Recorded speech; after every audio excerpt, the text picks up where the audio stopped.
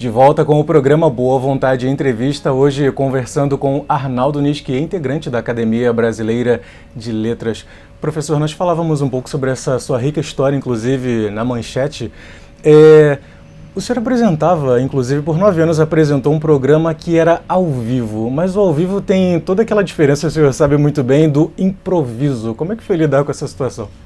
Eu acho que a experiência de magistério foi fundamental na minha vida, porque professor tem mesmo que improvisar, não é? O tempo todo. Então eu acho que quando eu passei a viver essa experiência na TV Manchete, Canal 6, no Rio de Janeiro, foi uma experiência de quase 10 anos, foi muito rica e ao mesmo tempo muito facilitada pela experiência que eu vivia no magistério. De maneira que fazer o programa ao vivo, de improviso, isso tudo não era uma novidade, bastava não ficar nervoso.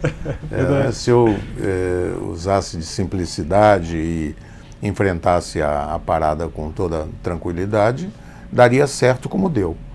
E como é que era lidar com essa carreira de jornalista e também o magistério? Como é que foi esse desafio? Dava para levar as duas carreiras? Dava. São duas vocações. Eu acho difícil a pessoa dizer, não, eu só tenho uma vocação, eu sou só isso. Principalmente quando são profissões que de alguma forma se assemelham, o jornalismo com o magistério. Então foi possível e foi bastante exitoso. Eu acho que o que eu vivi nesse período em que exerci as duas atividades. Dentro desse período como apresentador, trabalhando na Manchete, qual foi a personalidade que o senhor teve oportunidade de entrevistar que mais marcou a sua história, algum fato interessante desse período que tenha acontecido? É desafiador, né? Olha, eu tive... Quantas entrevistas eu fiz durante quase 10 anos, não é? Vocês podem imaginar, é só multiplicar, né? 50 por ano, né? Você vai ver quantas entrevistas, mais de 400 certamente. Então, que eu me lembre, uma entrevista que foi muito importante para mim foi com o presidente João Batista Figueiredo. Ele nunca tinha dado nenhuma entrevista a ninguém. E, para mim, ele concordou em dar a entrevista e foi de improviso. Veio no domingo à noite para os estúdios na Rua do Russell e nós fizemos um belo programa que foi apreciado por todos, porque é uma curiosidade, você também é apresentador, você sabe disso, o público percebe quando o programa é de improviso. É curioso isso, o público tem uma sensibilidade.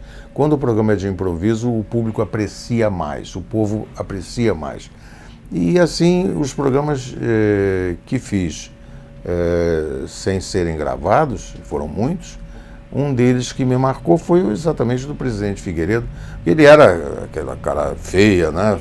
Vivia, enfim, enfesado, mas sisudo, né? Mas no programa não, ele se desprendeu e se soltou e fez um belo programa que foi altamente esclarecedor para o público de uma maneira geral. Professor, e o seu encontro com a literatura, no meio de prática de esportes, de matemática, pedagogia, o campo da educação, palestras, é literatura? Como ela entra na sua vida?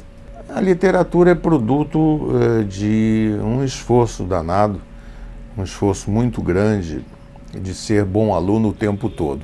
Eu sempre fui primeiro aluno de turma.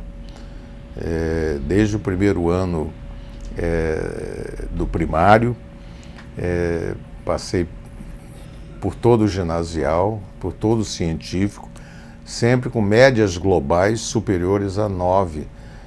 Isso era muito importante, eram 10, 12 disciplinas e a média global era 9. Do terceiro para o quarto ano ginasial, eu lembro, eu passei com média global 9,6. E se não fosse o canto orfeônico, o professor reunia 4 pessoas e dizia, primeira estrofe do hino nacional. Aí a turma cantava, ouviram, ele dizia 9, 8, 7, 8. Quer dizer, assim, aleatoriamente. Ora, para quem estava acostumado a tirar 10 e 9, 10, 9, 9,5, um 8 era uma tragédia, e foi o que aconteceu. A média baixou 9,6. E não foi mais, eu tinha 10 em quase todas as matérias, por causa do quanto ao filme. Não que eu cantasse mal, mas que o professor é que tinha um critério de julgamento meio esquisito, né? Bem rígido. Ora, a literatura foi esse gosto por ler, imposto pelos meus irmãos. Eles sempre me traziam, desde a revista Tico Tico, da qual, aliás, hoje eu sou o maior colecionador brasileiro, não sei se você sabe disso, eu tenho 1.500 revistas do Tico Tico aqui no meu escritório. A Biblioteca Nacional tem 700 revistas, menos da metade do que eu tenho. E por que o amor pelo Tico Tico? Exatamente imposto pelos meus irmãos, que compravam o Tico Tico e me davam para ler.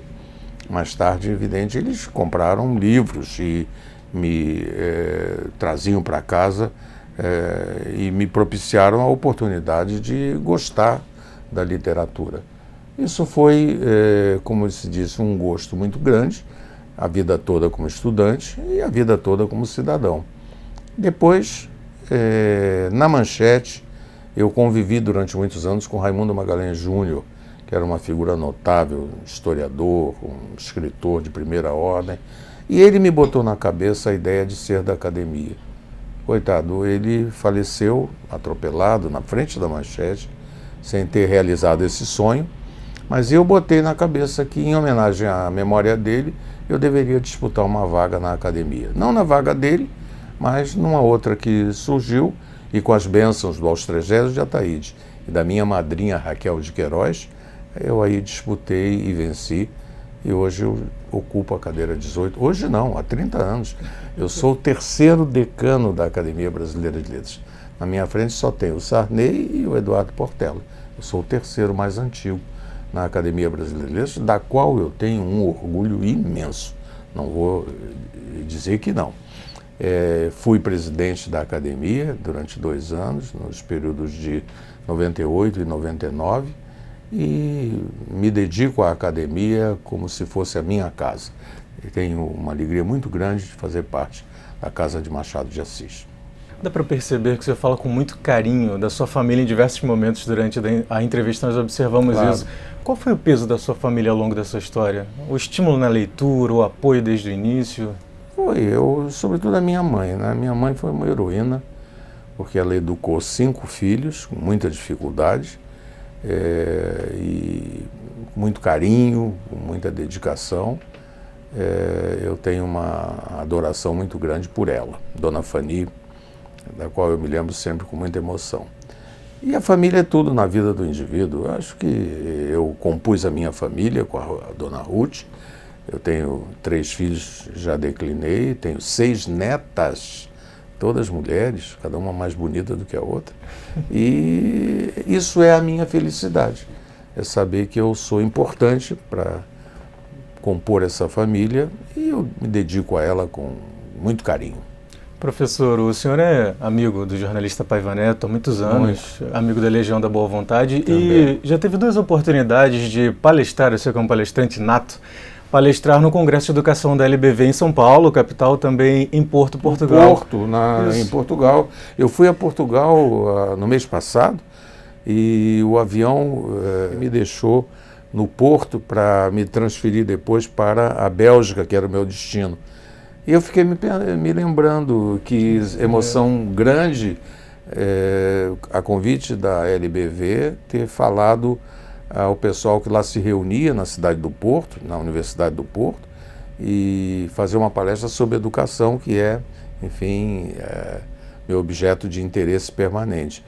Então, o Paiva Neto é uma figura extraordinária, um homem dedicado, um homem que realizou uma obra. Ele foi um fiel seguidor de Alziro Zarur, que eu conheci na Manchete.